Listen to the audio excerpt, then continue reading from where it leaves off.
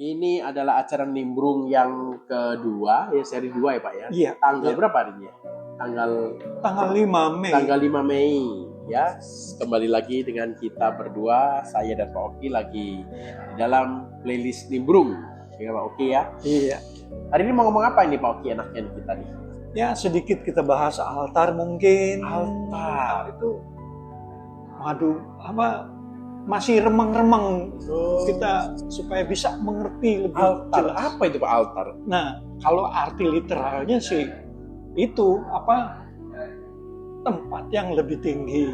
Tempat. Jadi altar itu adalah tempat yang lebih Suatu tinggi. tempat. Itu kayak gimana? Maksudnya kayak kita harus doa ke gunung atau gimana? Atau Nah, kita lihat Musa sendiri dipanggil Tuhan ke hadirat Tuhan itu naik ke Gunung Sinai. Lalu Musa sendiri pada saat Yosua berperang dengan Amalek, dia ada di puncak bukit menghubungkan bumi dan surga. Kalau saya boleh pandangan seperti itu ya. Tapi ya kalau salah mohon dikoreksi. Jadi maksudnya altar itu adalah penghubung bumi dan surga. Itu kok interesting sekali itu. Saya tadi dengar Pak Oki bilang bumi dan surga, penghubung bumi dan surga altar itu kan. Iya. Konsepnya kira-kira seperti demikian. Altar itu sebetulnya adalah hadirat Tuhan. Arti literalnya hadirat Allah yang lebih tinggi, tapi ini hadirat Allah. Nah, kita ingat Taman Eden. Taman Eden itu sebetulnya taman hadirat Allah. Taman hadirat Allah. Jadi hadirat Allah itu ada dalam Eden ya? Ada di dalam Eden. Nah, itu altar. Altar ya. Iya. Coba nanti dikoreksi kalau saya. Jadi memang di dalam teori playlist Nimbrung ini, saya dan Pak Oki ini ngomong yang hal-hal yang dewasa ya. Jadi kalau misalnya Anda baru lahir nggak lebih dari 5 tahun, tolong nggak usah dengar. Karena ini adalah topik-topik dewasa, di mana yang kita bahas ini mungkin bisa menggoyahkan beberapa iman bila kita nggak dapat selain konsep yang benar, mempunyai kapasitas untuk mengerti dan bahkan tidak diberikan anugerah dari Tuhan untuk bisa menangkap ya kira-kira ya apa yang kita akan katakan atau bicarakan di acara Nimbrung bersama ini. Ya betul ya Pak Oki ya? Iya. Karena kita ngebahasnya aneh-aneh ya Pak ya. Contohnya yang saya juga mau bahas itu adalah kulit binatang Pak. Nah ini kalau menurut tradisi orang Kristen ini kulit binatang itu apa Pak? Nah, coba Bapak lihat dari cara tradisinya pemikiran orang gereja-gereja, kulit binatang itu apa? Nah, dari dulu pengertian saya adalah begitu Adam dan perempuan itu melanggar hukum Allah, itu mereka menutup tubuh mereka. Mereka sadar kalau mereka telanjang, kemudian tutup dengan daun ara. Dengan daun-daun ara, ya. Iya, begitu. Allah datang. Di situ disebutkan kulit binatang. Ditutup tubuh ininya dengan kulit binatang. Oke. Tapi memang kalau menurut dari tradisi gereja itu katanya memang bagus secara simbolik itu dibilang katanya. Jadi Tuhan Allah ini membunuh seekor binatang dan kemungkinan seekor domba. Dan kemudian Tuhan Allah mengambil kulitnya yang masih berdarah. Itu dikenakan kepada Adam dan perempuan atau Adam dan Hawa, perempuan yang sudah jatuh itu. Jadi itu terkesan profetik. Padahal Pak, kalau kita teliti itu kan namanya menambahi sesuatu yang nggak ada ya kan. Kan di sana nggak pernah dikatakan Tuhan menyembelih binatang dan segala macam. Bahkan nggak dituliskan itu kambing apa domba, atau bahkan lembu kan nggak tahu yang mana. Iya kan, tetapi mereka kadang mengasumsikan bahwa itu adalah domba yang disembelih gitu ya. Dan saya rasa itu tidak boleh, tidak benar. Kenapa? Karena itu kan termasuk menambahi firman Tuhan yang sebenarnya nggak ada. Betul kan ya? Iya, betul. Jadi kalau menurut saya, menurut hemat saya, apa yang telah dibukakan sama Tuhan, kulit binatang itu apa Pak? Jadi kulit binatang yang dibukakan sama Tuhan itu adalah darah dan daging kita ini, ya yang sekarang ini. Nah, itu. Nah terus bukannya dulu tuh Adam itu pertama kali dibuat di dalam Kejadian pasal 2 itu kan kemudian Tuhan Allah mengambil sedikit tanah atau yang bahasa Ibrani Adamah dan kemudian dia membuat tanah itu membentuk manusia dan kemudian menghembuskan. Itu kan sudah ada darah dan daging di sana. Nah, itu rupanya belum. Jadi ya Pak Oki, maksudnya Alkitab, menurut hemat saya ya, mungkin Pak Oki punya pandangan berbeda. Cuma menurut hemat saya, waktu Tuhan mengambil Adamah atau mengambil tanah itu, dia membentuk roh Adam yang pertama. Jadi itu bentuknya masih roh, Pak.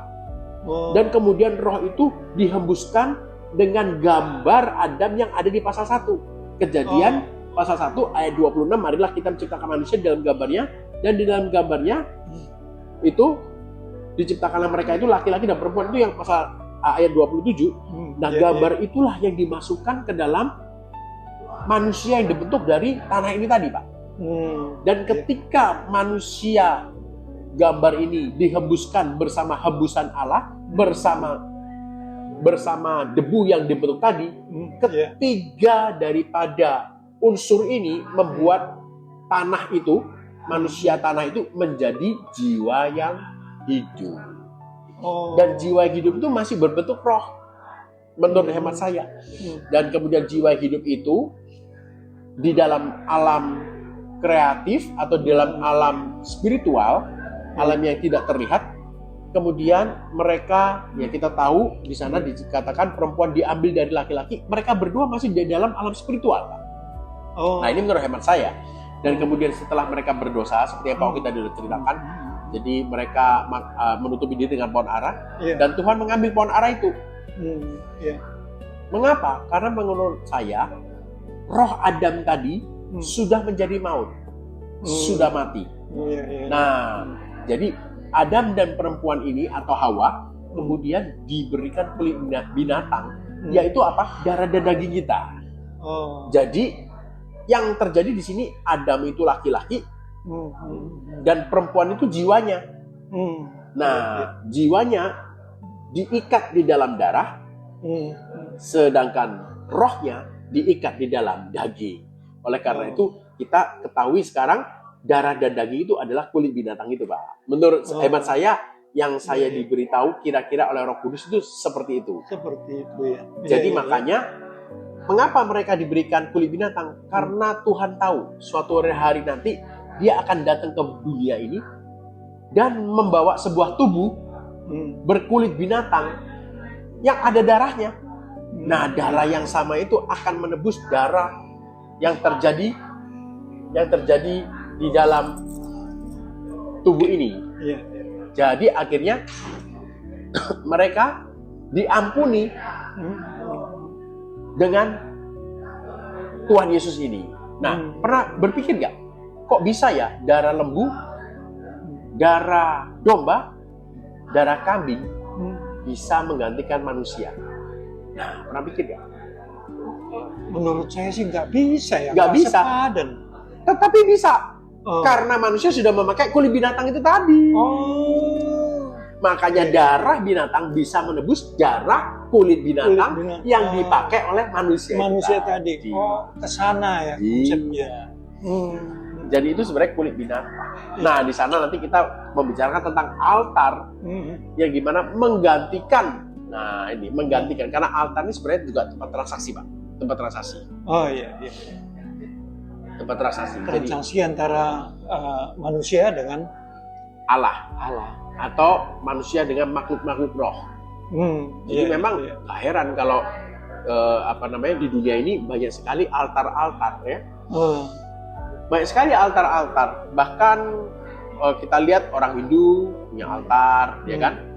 Orang Buddha punya altar. Bahkan saya sendiri kan dari keturunan Tionghoa, dari keturunan kami itu foto itu kita sembah, foto nenek moyang itu kita sembah. Dan itu bisa dijadikan sebagai altar karena ada mejanya, ada persembahannya. Nah, altar itu harus ada persembahannya. Bahkan mungkin saudara kita, mereka pun juga nggak sadar bahwa mereka pun juga setiap mereka berdoa, mereka membuat altar, Pak.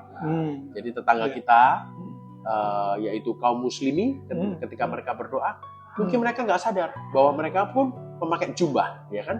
Mereka punya jubah khusus. Jadi kalau mau berdoa kan nggak apa-apa pakai baju tidur juga nggak apa-apa lah. Allah nggak tahu, nggak bisa. Untuk mereka harus ganti baju. Iya, iya. Bajunya pakai topi, ya kan, yang rapi, harus mencuci diri. Iya. Karena mereka tahu konsep memasuki ruang yang suci, ya masuk altar itu tadi. Iya. Bahkan mereka kan punya tasbihnya. Nah, itu untuk berdoa dan segala itu adalah perlengkapan altar yang mungkin dari saudara kita ini tidak memahami. Tapi itu adalah termasuk sebuah altar. Sajadah, ya. Sajadah, iya. Iya. Kalau kita lihat teman-teman kita yang orang Hindu, di dalam setiap rumah mereka ada puri kecil. Iya, iya. Nah, itu juga altar. Altar itu sebenarnya hampir sama dengan konsepnya orang-orang Yahudi, Pak. Di dalam setiap rumah, di depan pintu kan disuruh sama Tuhan menuliskan firman Tuhan di sana. Dan waktu kamu keluar masuk rumahmu, kamu harus berdoa. Nah, itulah. Jadi sebenarnya memang konsep altar ini tidak bisa dipisahkan dari kehidupan manusia. Oh, iya. Jadi sebenarnya bagaimana ya? Saya agak sedikit ngambang. Begitu manusia diciptakan, dalam hal ini Adam, kan di Kejadian 2 ayat 15 manusia itu ditaruh di Taman Eden oleh Allah. Ya. Nah, kemudian Allah berpikir bahwa tidak baik manusia itu sendiri. Betul, Pak. Nah, ini mohon dijelaskan lagi terus sampai bisa akhirnya dia ada perempuan yang katanya dari Adam ini dari dagingku. Wah, itu obrolan dewasa, Pak ya. Jadi ini karena memang nimbrung, jadi kita bahas aja, kita gas aja ya, Pak ya. Oke. Jadi lucu, Pak. Di dalam altar ini rupanya Tuhan, kan perintahnya Tuhan tuh begini, Pak. Aku ngasih kamu sebuah taman, Adam. Iya. Taman ini tak percayakan sama kamu. Jadi Adam ini diberikan kuasa atas taman ini untuk menguasai makhluk-makhluk yang di luar taman. Tetapi Adam tidak diberikan otoritas. Dia diberikan kuasa menjalankan otoritas Tuhan, tetapi tidak diberikan otoritas, hanya menjalankan otoritas melalui kuasanya. Nah, ketika Adam menjalankan kuasa ini untuk menjaga taman dan mengusahakan taman, kemudian waktu Adam mengusahakan dan menjaga itu, Adam sendirian, tetapi bukan lonely ya, tetapi dia hanya sendiri. Dan kemudian Tuhan menciptakan binatang-binatang yang keluar dari tanah, sama dengan Adam ini unsurnya, sama-sama dari tanah. Adam. Iya, jadi kita bisa katakan sebenarnya harusnya sepadan karena kan sama-sama keluar dari tanah. Iya. Tetapi apa kata Tuhan Allah? Mereka nggak sepadan. Mengapa? Ya, kalau ini obrolan dewasa, Pak ya. Kalau saya boleh bilang, kemungkinan makhluk-makhluk yang diciptakan sama Tuhan ini yang keluar dari tanah tadi itu melihat Adam itu sebagai Tuhannya mereka malah. Jadi mereka bahkan nggak bisa melihat bahwa Tuhannya yang menciptakan Adam ini siapa. Mereka nggak punya otoritasnya untuk melihat siapa Tuhannya Adam. Jadi mereka makhluk-makhluk ini mungkin hanya bisa melihat Adam itu sebagai penciptanya mereka malah. Iya. Saya jadi punya pemahaman kayak begini, Pak. Cuman mohon dikoreksi bila salah. Ya. Jadi begitu Allah menciptakan Adam, kan di Kejadian 1 ayat 26 dibilang kita ciptakan manusia itu segambar dan serupa. Ya, di dalam gambar dan menurut rupa Adam. Iya. Menurut rupa Tuhan. Menurut rupa Tuhan. Tapi di Kejadian 1 ayat 27 dibilang diciptakan manusia itu dalam gambar Allah. Rupanya kok nggak disebutkan. Ya itu, betul. Jadi memang Kejadian pasal 1 ayat 26-27 itu Tuhan Allah hanya menciptakan gambarnya. Kalau kita lihat di 28 itu berkat. Jadi tidak ada di mana Allah juga menciptakan menurut rupanya, nggak ada. Jadi cuma di dalam gambarnya aja. Hanya gambar. Ya. Jadi kemudian di pasal 2 harapannya Tuhan Allah itu adalah manusia memakan buah kehidupan supaya menjadi serupa dengan Dia. Nah, tetapi sayangnya ya ini tadi perempuan itu terkecoh oleh salah satu makhluk. Nah, ini yang keluar dari tanah itu tadi, yang seharusnya membantu Adam untuk memelihara dan mengusahakan tanah, kok malah membohongi perempuan yang keluar dari Adam. Nah, itu kan aneh, Pak. Ayo. Jadi begini, ini yang saya tangkap. Iya, silakan. Jadi begitu diciptakan baru segambar, belum punya rupa. Belum. Nah, tapi sebelumnya saya punya konsep bahwa ya apa sih yang dimaksud dengan segambar? Kalau saya nggak salah, yang dibilang segambar ini adalah wakil pencipta. Iya. Jadi Adam itu adalah wakil pencipta. Betul. Makanya binatang-binatang itu tidak punya kapasitas melihat penciptanya Adam. Betul, iya. Dia melihat Adam Sebagai adalah penciptanya mereka. Nah, iya betul. Karena Adam itu wakil. Jadi Betul. segambar itu adalah bicara tentang wakil Allah. Nah, sekarang apa yang dimaksud dengan serupa? Nah, ini. Jadi kita harus lihat dulu konsep apa itu gambar dan apa itu rupa. Contoh, misalnya saya melihat cermin. Itu adalah gambar saya, itu bukan rupa saya. Yeah. Mengapa? Ya memang kita terpaku rupa itu muka, tetapi aslinya rupa itu karakter, Pak. Jadi waktu seseorang melihat foto seseorang, itu tidak bisa menebak karakternya dia. Oh, ini orangnya fotonya gini. Oh, ini pasti orang jahat. Belum tentu. Ada orang yang mukanya jahat tapi orangnya baik banget. Iya. Jadi gambar itu tidak menentukan karakter. Kita juga nggak boleh menghakimi. Jadi rupa itu lebih ngomong ke arah karakter. Karakternya dia itu adalah mempunyai kehidupan, ngomongnya positif, tidak mudah menyerah. Itu karakter, itu rupa. Nah, jadi waktu Adam melihat Allah dan waktu Tuhan Allah melihat Adam, mereka saling melihat cermin mereka masing-masing. Itulah gambarnya sama. Gambarnya sama. Mungkin yang satu asli original, yang satu KW, tapi dua-duanya mirip, tidak ada bedanya. Seperti kita ngaca kan mirip, nggak ada bedanya. Jadi kemungkinan oleh karena itulah mereka ini akhirnya melihat bahwa gambar ini adalah Adam ini adalah Tuhan mereka. Yaitu tadi karena Allah itu mirip dengan Adam. Adam representasi Allah untuk makhluk-makhluk yang di bumi, bahkan makhluk-makhluk yang di dalam taman itu sendiri. Sekarang mengenai karakter, tadi dikatakan bahwa serupa ini bicara karakter. Iya. Nah, kalau kita tahu karakter penciptanya Adam, dalam hal ini Allah, itu di 1 Yohanes 4 ayat 4 kan dibilang Allah adalah kasih. Iya. Nah, berarti Adam juga direncanakan oleh Allah. Kalau dibilang serupa dengan Allah, berarti Adam memiliki kasih. Namun kan waktu dipindahkan ke Taman Eden belum serupa. Belum. Jadi baru makanya, segambar. Betul. Jadi kemungkinan Adam pun belum tentu tahu artinya kasih. Karena dia hanya mempunyai karakternya, dia hanya mempunyai atribut-atribut, tetapi belum mempunyai karakter tunggalnya, yaitu powernya yang maha kuasa, kehidupan, dan juga otoritas di dalam kehidupan itu belum dipunyai semua. Belum dimiliki. Seandainya perempuan itu memakan buah yang seharusnya dia makan, karena ini obrolan dewasa, Pak ya. Karena pohon kehidupan itu simbolnya perempuan. Sedangkan pohon pengetahuan baik dan jahat itu seharusnya simbolnya laki-laki. Karena pohon pengetahuan baik dan jahat itu ke arah firman, sedangkan pohon kehidupan itu ke arah menghidupi atau memperanakan. Nah, itu kan sifat perempuan itu. Iya kan? Nah, jadi kalau kita bisa lihat, pohon kehidupan itu seharusnya pohonnya laki-laki, kenapa dimakan sama perempuan? Loh, Pak, tapi kan tetap perempuannya ngasih ke laki-laki. Betul. Tetapi sebenarnya perempuan tidak boleh makan pohon itu.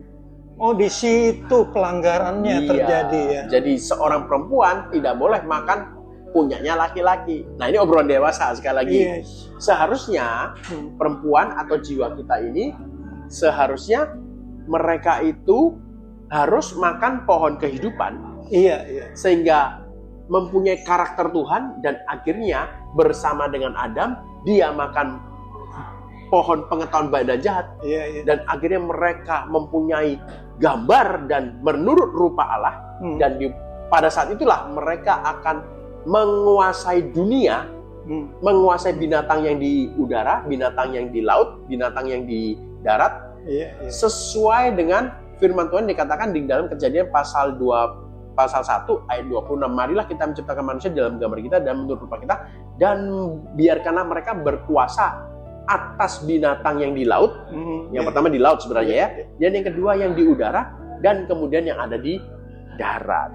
Jadi kalau misalnya perempuan itu sudah makan buah kehidupan, dan kemudian laki-laki itu makan buah pengetahuan baik dan jahat, mereka di dalam gambar dan menurut rupa Allah, dan mereka menjadi menggenapi firman Allah, Kejadian pasal 1 ayat 26. Nah, karena mereka gagal, ini adalah peluang kita, semua umat manusia, terbuka kesempatan untuk menggenapi ayat firman itu tadi, menjadi di dalam gambar dan menurut rupanya. Gini, kalau saya nggak gagal paham, Pak Hadi ya. Ya, silakan. Jadi Pak. Pertama kan Allah merencanakan untuk menciptakan manusia itu segambar dan serupa. Itu Betul. Kejadian 1 ayat 26. Ya. Kemudian Kejadian 1 ayat 27-nya baru segambar. Baru serupanya belum. Oke. Terus untuk bisa serupa harusnya dia makan buah pohon kehidupan. Betul. Sehingga lengkap sudah rencana. Betul, di dalam gambar dan menurut rupanya. Iya. Namun sayang, 1000 kali sayang, belum meraih pohon kehidupan, buahnya, sudah makan yang dilarang itu. Sehingga gambar yang ada pun rusak. Nah, makanya menurut saya begini, Pak. Menurut saya ya, maaf kalau banyak melawan doktrin-doktrin konvensional. Maka sejak Adam, yang adalah roh itu tadi, yang keluar dari tanah, makan buah pengetahuan baik dan jahat, dia menjadi mati atau menjadi maut. Karena Tuhan bilang, janganlah engkau makan buah itu, karena ketika engkau di hari engkau memakan buah itu, engkau sesungguhnya akan mati. Dan sejak saat itulah roh maut masuk ke dalam kosmos. Dan saya rasa roh-roh jahat itu keluar dari Adam, bukan dari seorang malaikat jatuh. Nah, itu kesana ininya ya, konsepnya kesana. Oke, ya itu.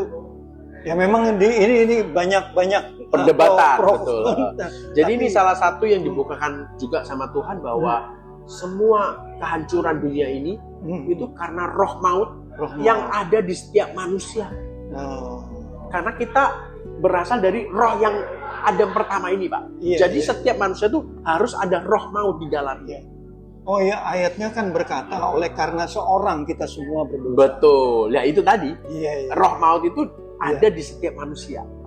Makanya manusia itu punya tendensi misalnya kayak mengakhiri hidup. Nah, misalnya gitu. Itu kenapa? Kalau stres, maunya ke sana, digiring ke sana dirinya. Ya karena ada roh maut ini yang mengintai, yang terus mau membawa manusia itu turun, hancur dan jatuh serta binasa. Kalau menurut hemat saya, bukan karena Lucifer atau ada malaikat jatuh, tetapi asal muasalnya adalah dari roh Adam yang harusnya segambar ini berubah menjadi roh maut, dan itu ada di setiap manusia yang lahir di atas bumi.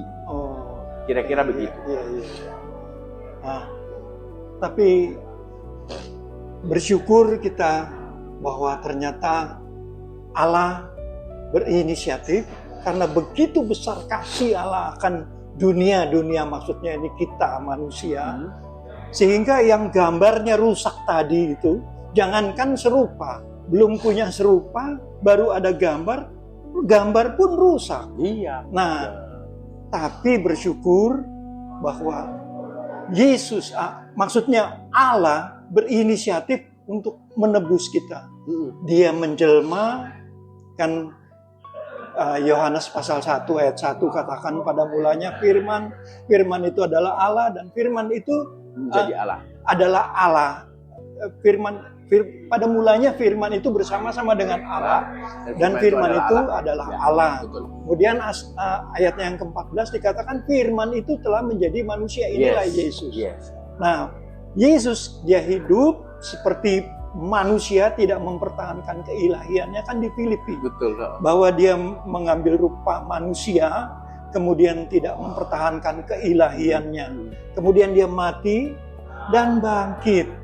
Nah, itu dia bangkit. Kalau di 1 Korintus 15 ayat 45 kan dia bilang bahwa dia menjadi roh yang menghidupkan. Betul, roh yang menghidupkan. Waduh, ini bersyukur tadinya gambarnya rusak, artinya roh kita, roh manusia itu menjadi roh maut, ini diubahkan oleh Kristus. Kebangkitannya Kristus menjadi roh yang menghidupkan. Nah, jadi memang ada ayatnya Pak yang mengatakan Adam pertama dibuat untuk menjadi jiwa yang hidup.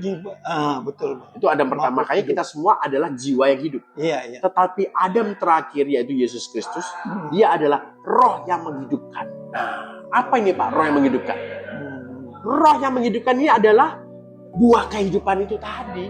Yang di Kejadian pasal 2 itu, pohon kehidupan.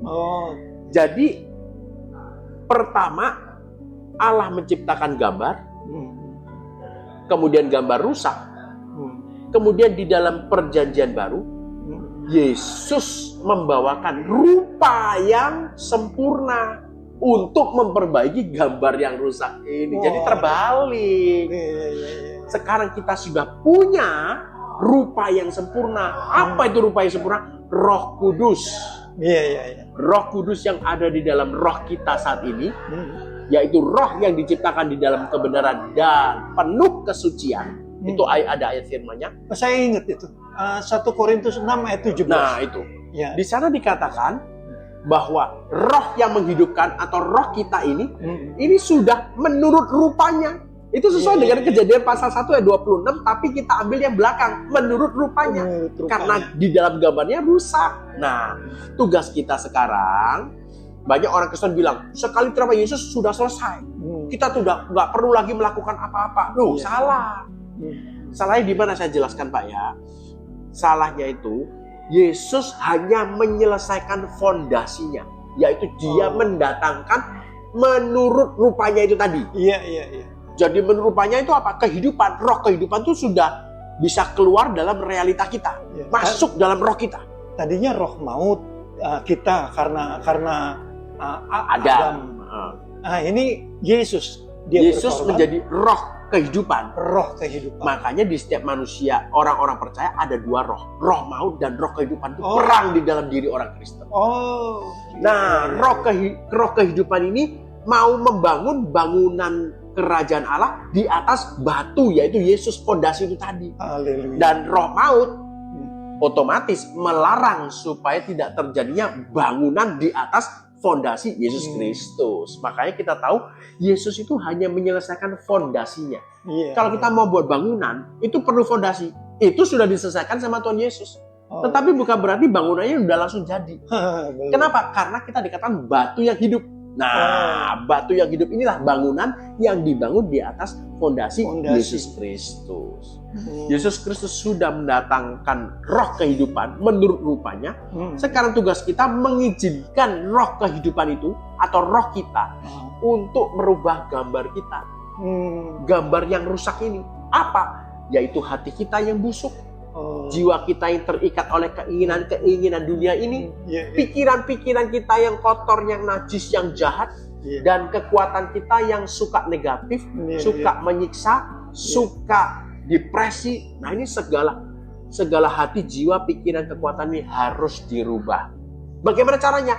Hanya dengan mengizinkan Roh Kudus menyediakan ruang dan waktu untuk Roh Kudus merubah kita supaya gambar kita menjadi sempurna. Amin. Nah, itulah tugas daripada Roh Kudus saat ini, yang dimana menurut rupanya merubah gambar kita yang rusak. Nah, sekarang ada pertanyaan jadinya, Pak.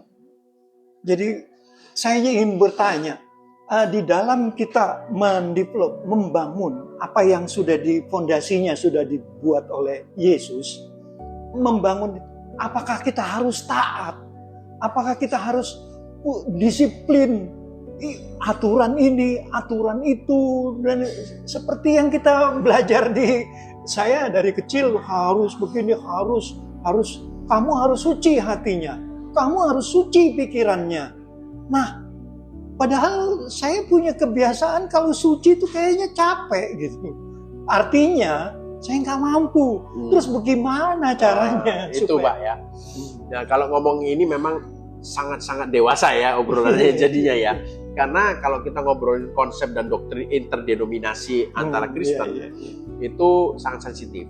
Cuma kalau menurut hemat saya, Tuhan nggak mau kok kita tuh belajar taat. Wah. Loh, Tuhan nggak mau kita belajar taat. Iya. Tuhan nggak mau kita belajar punya pikiran yang suci, nggak mau nonton pornografi. Kalau ngelihat laki atau perempuan itu nggak mau punya pikiran-pikiran yang tidak baik. Kadang nggak sanggup Pak. Nggak sanggup, tapi kan banyak yang mengajarkan kita harus hidup suci. Itu. Kita harus hidup taat, doa harus taat, sering berdoa. Itu bagaimana? Saya terus terang nih, karena sama Pak Adi, saya udah disuruh punya pikiran suci dan segala macam, percaya Yesus sudah menebus kita. Tapi saya masih sering berbohong. Nah, misalnya begitu. Itu kan melawan daging kita, ya kan? Contohnya paling gampang tadi ya Pak, taat. Seandainya kalau misalnya kita tuh taat sama Tuhan dan kita belajar taat sampai kita benar-benar jadi taat, maka nanti kita di surga bisa bilang sama malaikat, kamu tahu nggak saya bisa ada di sini? Karena saya belajar taat sama Tuhan. Dan itu akan menjadi sebuah kesombongan besar Pak. Dan kita tahu ada ayatnya di mana engkau ada masuk surga itu karena anugerah dan bukan atas usahamu sendiri. Termasuk taat, termasuk disiplin, termasuk menjaga pikiran supaya suci, termasuk menjaga sikap supaya baik sebagai orang Kristen. Iya. Wah, kok ini podcastnya ngawur, kita nggak boleh taat ya. Kita diajari untuk tidak disiplin. Kok melawan etika dari khotbah-khotbah yang kita dengar di gereja? Karena apa? Karena kita harus mengandalkan Roh Kudus. Makanya tadi saya bilang, menjadi murid Kristus yang sungguh-sungguh itu harus meluangkan waktu dan ruang bersama Roh Kudus. Sampai Roh Kudus itu yang merubah sendiri kita di dalam hati, di dalam jiwa, di dalam pikiran, di dalam kekuatan, supaya kita belajar taat dari Roh Kudus. Bukan kita belajar taat dari kekuatan kita, tapi kita mengizinkan Roh Kudus merubah kita, sehingga tiba-tiba kita bingung, loh kok kita menjadi taat sendiri, loh kita kok jadi disiplin sendiri, loh kita kok sekarang nggak suka nonton-nontonnya nggak bener, loh saya kok sekarang nggak suka dunia malam, loh saya kok sekarang nggak suka lagu-lagu keras, lagu-lagu nightclub, loh saya kok suka sekarang kok jarang marah ya. Itu karena Roh Kudus, karya Roh Kudus, karena seseorang murid Kristus ini mau menciptakan ruang dan waktu berkumpul dan bersekutu dengan Roh Kudus sampai Roh Kudus itu istilahnya itu mengerami Pak. Dan karakter-karakter dia itu berubah. Kenapa? Karena Roh Kudus ini adalah memang bengkelnya merubah karakter-karakter. Rupa yang jelek menjadi rupa yang baik. Oleh karena itu makanya kita nggak boleh belajar disiplin. Kita hanya mau menyediakan ruang dan waktu untuk Roh Kudus merubah kita. Terus bagaimana caranya? Makanya sering-seringlah diam dan berdoa. Amin. Paling tidak ya 1 jam. Oh, saya paham sekarang. Jadi berarti kita tidak usah fokus untuk mentaati segala yang diperintahkan Tuhan. Tidak usah fokus di situ. Betul. Kita fokus justru supaya Roh Tuhan, Roh Kudus, Roh Tritunggal itu ada di dalam kita. Betul. Sehingga Roh Tritunggal itulah yang akan berkarya menyucikan pikiran kita. Udah nggak mau nonton video porno. Karena Roh Kudus yang berubah, bukan karena kita latihan nggak nonton. Nah itu. Haleluya. Sekali lagi, kalau kita tahu menurut ajaran Ibrani, hukum Taurat itu bukan untuk dilakukan Pak. Mereka paham benar, hukum Taurat itu tidak pernah dilakukan. Orang-orang Ibrani paham bahwa hukum Taurat bukan untuk dilakukan, tetapi menjadikan sebuah cermin. Jadi hukum Taurat itu tidak dilakukan, tapi mencerminkan dirinya sampai mana dia itu sesuai dengan standar Tuhan. Cermin bahwa dia tahu bahwa muka dia tercoreng. Tapi dengan usaha dia nggak bisa bersihkan. Nggak bisa, makanya dia harus buat korban kan. Nah, mengorbankan, makanya ada 5 korban di dalam ya, di imamat itu kita lihat imamat 1, 2, 3, 4, dan 5, dan 6 itu ada 5 korban. Ya, korban dosa, korban bakaran, korban sajian, korban perdamaian, dan satunya itu korban apa ya saya lupa. Jadi ada 5 korban ini. Dan itu nanti kalau kita cocokkan dengan kita cocokkan dengan Yesaya 53. Wah, itu ngeri, Pak. Itu cocok. Karena ada tulisannya bahwa Yesus yang diprediksi di Kejadian Lama itu, Perjanjian Lama itu, di dalam Yesaya 53, dia ditusuk atau dilubangi tangan dan kakinya untuk dosa kita. Jadi artinya ditusuk, dilubangi itu, kalau kita biasanya buat bond gitu ya, setelah kita udah nggak mau pakai bondnya, kita tusuk, Pak. Artinya udah nggak berguna itu bond. Atau tiketnya dirobek. Jadi Yesus itu dirobek. Yesus itu ditusuk untuk dosa kita. Nah, yang kedua, Yesus itu dihajar, dihancurkan itu untuk kejahatan kita. Nah, itu yang kedua. Itu nanti ada korban-korbannya. Jadi yang pertama itu korban dosa. Yang dihajar ini atau dihancurkan ini adalah korban kejahatan. Nah, kejahatan ini korban perdamaian di imamat. Terus korban yang kedua itu yang kejahatan itu bukan imamat. Itu korban yang saya lupa itu tadi. Yang ketiga, dia dihajar, didisiplinkan oleh Bapa untuk perdamaian kita. Nah, inilah korban perdamaian. Atau bahasa Inggrisnya korban atonement. Yang keempat, oleh bilu-bilunya kita disembuhkan. Itu sebenarnya kekuatan kita. Bilu-bilunya ini mengatakan tentang korban bakaran. Nah, jadi ada 4 korban yang menceritakan Yesaya pasal 53. Dan kalau kita lihat itu tadi kan ada 4. Itu cocok dengan apa yang dikatakan Yesus. Hati, jiwa, pikiran, kekuatan. Jadi kita tahu bahwa dosa itu di hati, kejahatan itu di jiwa. Yang dia dihancurkan itu tadi oleh karena kejahatan kita. Yang ketiga, itu perdamaian untuk kita, dia dihajar. Itu perdamaian dalam pikiran. Makanya sekarang kita berdamai dengan Allah secara pikiran. Kita tidak menjadi musuh Allah dalam pikiran. Dan yang terakhir, oleh bilu-bilunya kekuatan kita disembuhkan. Nah, kalau kekuatan disembuhkan itu otomatis hormon stabil. Terus tubuh kita menjadi kuat, mempunyai energi yang baru karena kekuatan. Jadi kekuatannya bertambah dan kehidupannya menjadi sehat tubuhnya. Kenapa? Yaitu karena kekuatannya dipulihkan. Amin. Mengerikan, Pak. Ini banyak sekali rahasia-rahasia dalam Alkitab. Banyak sekali. Nah, itu makanya kita harus belajar untuk mau mencintai firman Tuhan supaya kita benar-benar tahu apa yang diingin Tuhan, yaitu melakukan kehendak Bapa dan membuat kerajaan Allah tiba di bumi. Nah, kehendak Bapa kan bukan 1-2. Banyak, tergantung Anda dipanggil menjadi siapa. Oh, begitu. Ya, jadi sebetulnya secara spesifik apa yang harus kita lakukan, Pak? Kita nggak usah fokus untuk taat, tapi supaya bisa taat kan harus ada karya Roh Kudus. Nah, kita harus fokus apa, Pak? Supaya Roh Kudus itu berkarya. Apakah ada hubungan dengan altar? Kita dipanggil untuk membuat altar. Gimana? Jadi yang menurut hemat saya, karena waktu juga saya akan percepat. Adalah sebuah penting untuk seorang itu mempunyai altar dalam hidupnya. Altar itu di mana di dalam rumah itu harus ada tempat khusus, Pak. Dan jam-jam khusus harus datang ke tempat itu. Dan yang ketiga, mau komitmen. Dan keempat, kita tahu tujuannya adalah mendekat dengan Allah. Nah, waktu di altar, usahakan pikiran ini fokus ke dalam perut. Dan kita belajar diam. Belajar diam di dalam altar itu, yaitu kembali tadi yang saya katakan, menyediakan ruang dan waktu untuk Roh Kudus merubah kita. Jadi ngapain? Ya diam aja di altar. Kalau bisa 1 jam minimum. Boleh diam, boleh menyembah Tuhan, boleh kemudian diam lagi. Hanya fokuskan Roh Kudus di dalam perutmu. Itu yang saya lakukan setiap hari.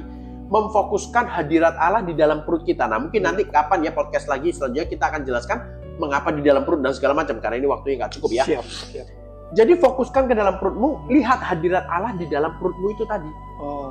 Karena Roh Kudus sekarang sudah ada dalam perutmu. Nah, kita tunggu 1 jam, 2 jam, teruskan. Karena nanti kapan kita juga akan membahas tentang 5 fungsi level yang kita bisa raih di dalam altar. Ya, yang pertama, ketika orang pertama kali datang ke altar itu pasti melayani Tuhan. Yang kedua, dia akan belajar menunggu Tuhan. Yang ketiga, kemudian kalau dia udah biasa nunggu Tuhan, dia akan belajar memandang wajah Tuhan. Keren loh Pak, memandang wajah Tuhan. Dan yang keempat itu dia menjadi duduk di sidang ilahi. Wah, itu lebih tinggi lagi, level 4. Dan level 5, dia menjadi penegak hukum dari surga ke bumi. Dari surga ke bumi. Nah, itulah tugasnya seseorang imam di dalam altar. Banyak orang gereja bilang, saya raja dan imam menurut Melkisedek. Tetapi ditanyain altar itu apa? Dan dia bilang dia imam, tapi dia bingung. Altar? Mana ada altar itu? Altar itu kan zaman kuno. Nggak ada Kristen altar. Lah kamu kok dipanggil jadi imam? Itu kan kayak seorang dokter nggak tahu arti kata praktek. Bingung ya? Dokter praktek gimana? Dokter bingung. Apa Pak? Loh, enggak, dokter ini kan dokter kan? Iya. Dokter umum? Iya, betul, saya dokter umum. Anda praktek di mana?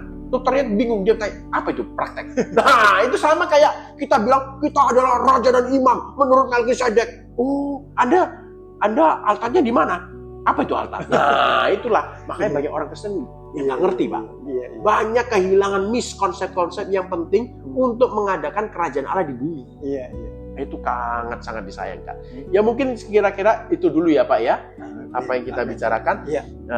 Saya bersama dengan Oki Pak Leon. Berdua kita ngobrol-ngobrol, saya dengan Hadi.